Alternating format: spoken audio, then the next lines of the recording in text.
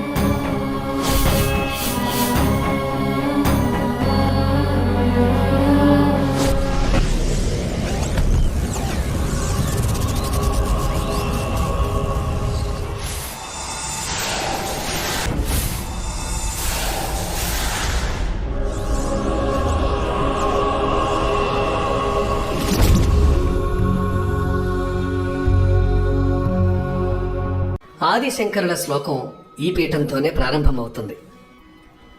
ఇక్కడ సతీదేవి నడుం భాగం పడింది. ఈ ప్రదేశంలో సతీదేవిని శాంకరీదేవిగా, శివుణ్ణి త్రికోణేశ్వరుడిగా ప్రజలు పూజిస్తారు. శ్రీలంక తూర్పు భాగంలోని ట్రింకోమలిలో ఈ ఆలయం ఉంది. ట్రింకోమలి అంటే ముక్కోణాకృతి కలిగిన పర్వత సమూహం అనే అర్థం. ఈ ఆలయానికి రోడ్డు మార్గం కూడా ఉంది. కంచి కామాక్షి, మధుర మీనాక్షి, కాశీ విశాలాక్షి శక్తిత్రయంలో కాంచీ నగరం ముందుండటం ఈ శక్తిపీఠం విశిష్టతను చాటి చెబుతుందని ఇక్కడి తమిళులు చెబుతుంటారు. పెరియ కాంచీపురంలోని ఏకాంబరేశ్వర ఆలయం, కామాక్షి అమ్మవారి ఆలయం, కుమారకొట్టం ఆలయం, ఉలగలలంద పెరుమాళ్ ఆలయం ఇక్కడ తప్పక చూడాల్సిన ఆలయాలు. ఈ మందిరాల్లో ఎక్కడా అమ్మవారి విగ్రహం కనిపించదు. కామాక్షి అమ్మవారు కేవలం కాంచీపురంలోనే మనకు దర్శనమిస్తారు. శృంఖలాదేవి ఆలయం బెంగాల్లో ఉందని చెబుతున్నప్పటికీ అక్కడ అటువంటి దాఖలాలేవి కనిపించవు. ఋష్యశృంగుడు ఆమెను కర్ణాటకలోని శృంగేరికి తీసుకొచ్చాడని ఒక పురాణ కథ ద్వారా తెలుస్తుంది. ప్రస్తుతం అక్కడ ఆలయ గుర్తులేవి మనకు కనిపించవు. ముస్లింల దురాక్రమణకు గుర్తుగా నిర్మించబడిన ఒక శిఖరం అంటే మినార్ అక్కడ మనకు దర్శనమిస్తుంది. ప్రస్తుతం ఇది పురావస్తు శాఖ సంరక్షణలో ఉంది. శివుని అంశతో చాముండేశ్వరిగా జన్మించి మహిషాసురుణ్ణి కడతీర్చింది. రాక్షసరాజును హతమార్చిన తర్వాత ఆమె చాముండి పర్వత శిఖరంపై కొలువు తీరింది. మహిషాసురుణ్ణి హతమార్చిన చాముండేశ్వరిని మహిషాసుర మర్దనిగా కూడా ఆరాధిస్తుంటారు. చాముండేశ్వరి ఆలయాన్ని మైసూరు మహారాజులు పోషించేవారు. 1659లో నాటి మైసూరు పాలకుడు దొడ్డ దేవరాజు వడయార్ ఆలయానికి 1000 మెట్లను, భారీ నంది విగ్రహాన్ని నిర్మించారు. జోగులాంబాదేవి కొత్తగా ఏర్పడిన తెలంగాణ రాష్ట్రంలో మహబూబ్ నగర్ జిల్లాలో ఉన్న జోగులాంబదేవి ఆలయం భారత ఉపఖండంలోని 18 శక్తిపీఠాలలో ఒకటి. ఈ ఆలయం 615 ఏళ్ల క్రితం నిర్మించబడింది. క్రీస్తు శకం 1390లో ముస్లిం దురాక్రమణదారుల చేతుల్లో ఈ ఆలయం నేలమట్టమైనట్టు చారిత్రక ఆధారాల ద్వారా తెలుస్తోంది.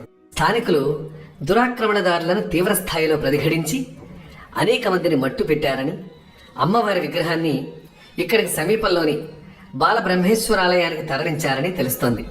అప్పటి నుంచి జోగులాంబ అమ్మవారికి అక్కడే నిత్య పూజాధికారులు నిర్వహిస్తున్నారు.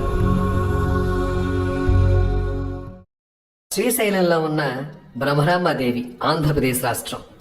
శివుడు మల్లికార్జునుడి రూపంలో భ్రమరాంబ సమేతుడై కృష్ణానదీ తీరాన వెలిసిన పవిత్ర పుణ్యక్షేత్రం శ్రీశైలం. ఇక్కడ కృష్ణానది పాతాళగంగ రూపంలో ప్రవహిస్తుంటుంది. లక్షలాది మంది భక్తులు పాతాళగంగలో పవిత్ర స్నానాలు చేసి మల్లికార్జునుడి దర్శనం చేసుకుంటారు. మహాలక్ష్మీదేవి పంచగంగా నదీ తీరాన కొలువుదీరి ఉన్న పురాతన దేవాలయాలు, మందిరాలలో ఇది అత్యంత ప్రఖ్యాతి చెందింది. ఇక్కడ కొలువుదీరిన మహాలక్ష్మీదేవి పూర్వకాలం నుంచి భక్తుల కొంగు బంగారంలా వారిని విశేషంగా ఆకర్షిస్తున్న ఫలితంగా ఇక్కడికి వచ్చే యాత్రికుల సంఖ్య ప్రతి ఏటా కూడా పెరుగుతూనే ఉంది. ఈ క్షేత్రాన్ని దక్షిణ కాశీ అని కూడా పిలుస్తుంటారు. ఏకవీరికాదేవి, ఇక్కడ దేవతామూర్తిని ఏకవీరికామాత అని పిలుస్తారు. దక్ష ప్రజాపతి ఉదంతంలో దేహత్యాగం చేసిన సతీదేవి కుడిభుజం ఇక్కడ పడిందని పురాణ కథలు మనకు చెబుతున్నాయి. వాస్తవానికి మహూర్ పట్టణంలోని రేణుకాదేవి ఆలయం ప్రసిద్ధి చెందింది. ఏకవీరికామాత ఆలయం గురించి తెలిసిన వారి సంఖ్య చాలా తక్కువనే చెప్పొచ్చు. మహాకాళీదేవి మధ్యప్రదేశ్ రాష్ట్రంలోని ఉజ్జయినిలో ఉంది. మరో పురాణ కథ ప్రకారం ఈ మహాకాళ ఆలయం మహాకాళుడనే రాక్షసుడి పేరిట నిర్మితమైంది. ఖరదోషణుల్లో ఒకడైన దోషణుడు అవంతిపురవాసులను పీడించేవాడు. ఈ పురవాసుల మొరవిన్న శివుడు భూమిని చీల్చుకుని వచ్చి ఆ రాక్షసుణ్ణి సంహరించాడు. పురోహితికాదేవి పిఠాపురం ఆంధ్రప్రదేశ్ రాష్ట్రంలో ఉంది. ఈ ఆలయం చిన్నదే అయినా ఆలయ గోడలపై అష్టాదశ పీఠాల చిత్రాలతో ఆకర్షణీయంగా ఉంటుంది. పురోహితికాదేవి మూర్తికి 4 చేతులుంటాయి. ఒక చేత బీజ అంటే విత్తనాల కవచం, మరో చేత పరశువు, ఇంకో చేతిలో కమలం, మరో చేత మధుపాత్ర ఉంటాయి. బిరజాదేవి జాజ్పూర్ ఒడిశా రాష్ట్రంలో ఉంది. బిరజాదేవి అంటే గిరిజాదేవి ఆలయం ఒడిశాలోని రాజధాని భువనేశ్వర్ నగరానికి 125 కిలోమీటర్ల ఉత్తరాన ఉన్న జాజ్పూర్లో ఉంది. ఈ ఆలయం 13వ శతాబ్దిలో నిర్మితమైనట్టు చారిత్రక ఆధారాల ద్వారా తెలుస్తోంది. ప్రధాన దేవతామూర్తి దుర్గామాత ఇక్కడ విరజ అంటే గిరిజాదేవిగా పూజలందుకుంటోంది. ఈ ఆలయ ప్రఖ్యాతితో జాజ్పూర్కు విరజా క్షేత్రం, బిరజాపీఠం అన్న పేర్లు కూడా స్థిరపడ్డాయి. ఈ జాజ్పూర్ నగరం కోటిలింగ క్షేత్రంగా కూడా ప్రసిద్ధి చెందింది. ఆంధ్రప్రదేశ్ రాష్ట్రంలోనే ద్రాక్షారామంలో ఉన్న మాణిక్యాంబాదేవి ఆలయం. పంచారామ క్షేత్రాల్లో ఒకటైన ద్రాక్షారామంలో మాణిక్యాంబాదేవి అమ్మవారు భీమేశ్వరుడితో కలిసి కొలువు తీరింది. కామరూపాదేవి అస్సాం రాష్ట్రంలోని గౌహతిలో ఉంది. కామాఖ్యాదేవి అంటే కామరూపాదేవి మందిరం గౌహతి అంటే ప్రస్తుత నగరానికి 3 మైళ్ళ దూరంలో ఉంది. ఈ మందిరం ఉన్న పర్వత ప్రాంతాలు నీలాచల పర్వత శ్రేణిగా ప్రసిద్ధి చెందాయి. కూర్మ పురాణం ప్రకారం దక్షుడి వధ అనంతరం శివుడు సతీదేవి మృతదేహాన్ని తీసుకువెళ్తున్న సమయంలో ఆమె జననాంగం ఈ పర్వత ప్రాంతాల్లో పడినట్టు తెలుస్తోంది.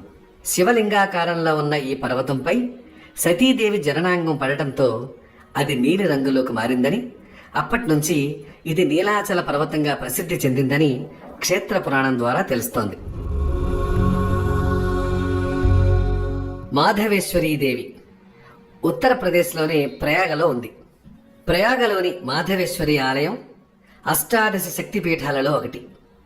ఆమెను అలోపిమాత, లలితామాత అని పిలుస్తుంటారు. ప్రయాగ అంటే ప్రకృతి సిద్ధయాగం అని అర్థం. బ్రహ్మదేవుడు చేసిన అద్భుత యజ్ఞం ఇది. ఈ యాగంతోనే ఈ ప్రదేశానికి ప్రయాగ అన్న పేరొచ్చింది.